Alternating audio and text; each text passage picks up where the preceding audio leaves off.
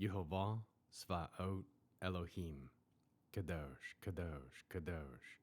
Please fill me and lead me, and cover me and stir me, and speak through me with your Ruach HaKodesh, that I may speak your written words with boldness to those who listen. I ask all these things in Yeshua HaMashiach's name. Amen. We'll start with the Shema. Listen and obey.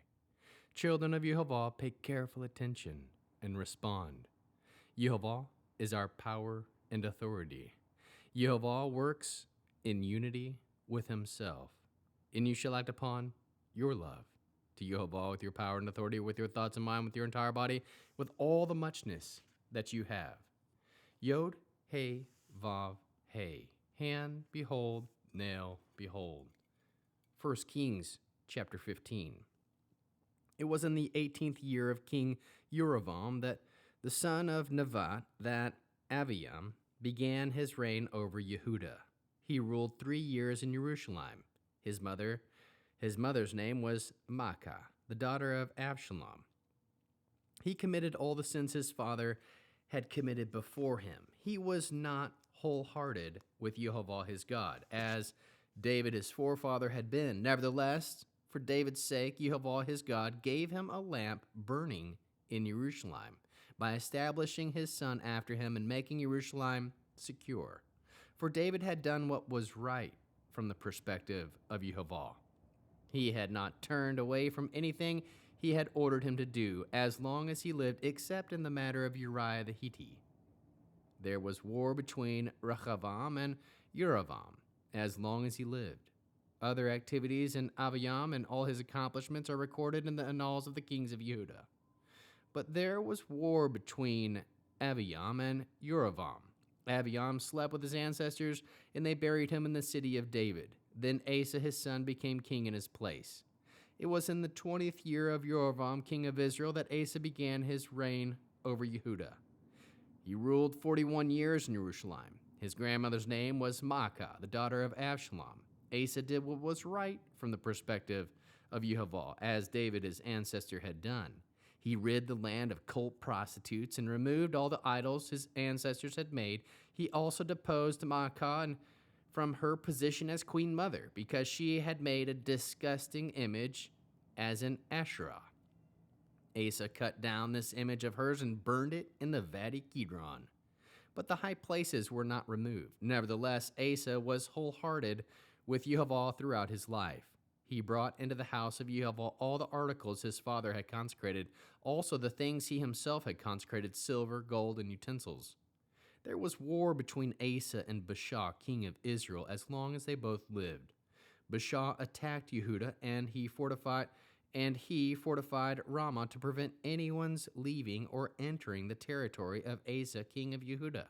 Then Asa took all the silver and gold left among the treasures of the house of Yehovah, and among the treasures of the royal palace, and entrusting them to his servants, King Asa sent them to Benhadad, the son of Teberemam, the son of Hezion, king of Aram, who lived in Damascus, with this message: There is a covenant between me and you, which existed already between my father and your father.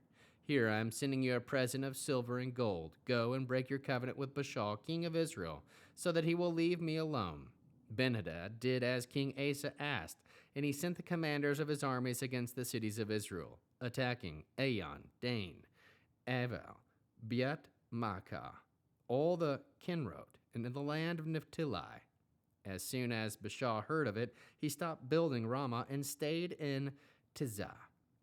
King Asa then issued a proclamation requiring every man in Yehuda, with no exception, to come and carry off the stones and timber Baasha had used to fortify Ramah.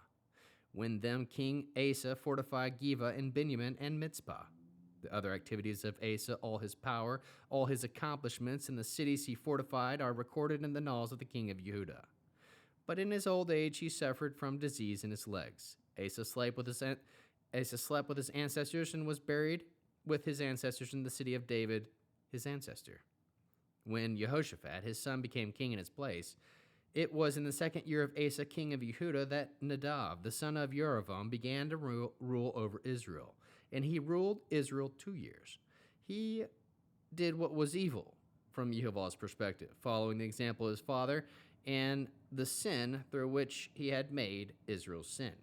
Baasha, son of Achiah, from the descendant of Issachar, conspired against him, and Baasha attacked him at Gibton, which belonged to the Plishtim, for at the time of Nadab and all Israel were besieging Gibton.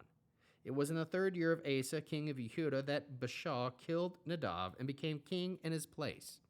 As soon as he had become king, he killed off the entire house of Jeroboam, destroying every living soul and leaving not one survivor. This was in keeping with what Yehovah had said through his servant Achiah from Shiloh. It was the punishment for the sins of Jeroboam had committed and the which he had made Israel sin, thereby angering Yehovah, the God of Israel. Other activities of Nadab and all his accomplishments are recorded in the annals of the kings of Israel. There was war between Asa and Baasha, king of Israel, as long as they both lived. It was in the 3rd year of Asa, king of Yehudah, that Baasha, the son of Achiah, began his reign over all Israel in Titzrah. And his rule lasted 24 years. He did what was wrong from the perspective of Yehovah, following the example of Jeroboam and committing the sin through which he had made Israel sin. How can we learn to love our Creator after reading this interesting 15th chapter of 1 Kings? We can aim to be wholehearted with Yehovah our Elohim. Trust that it is Yehovah who establishes. Aim to do what is right from the perspective of Yehovah. Aim to keep on the path Yehovah has ordered us as long as you live. Aim to be at peace.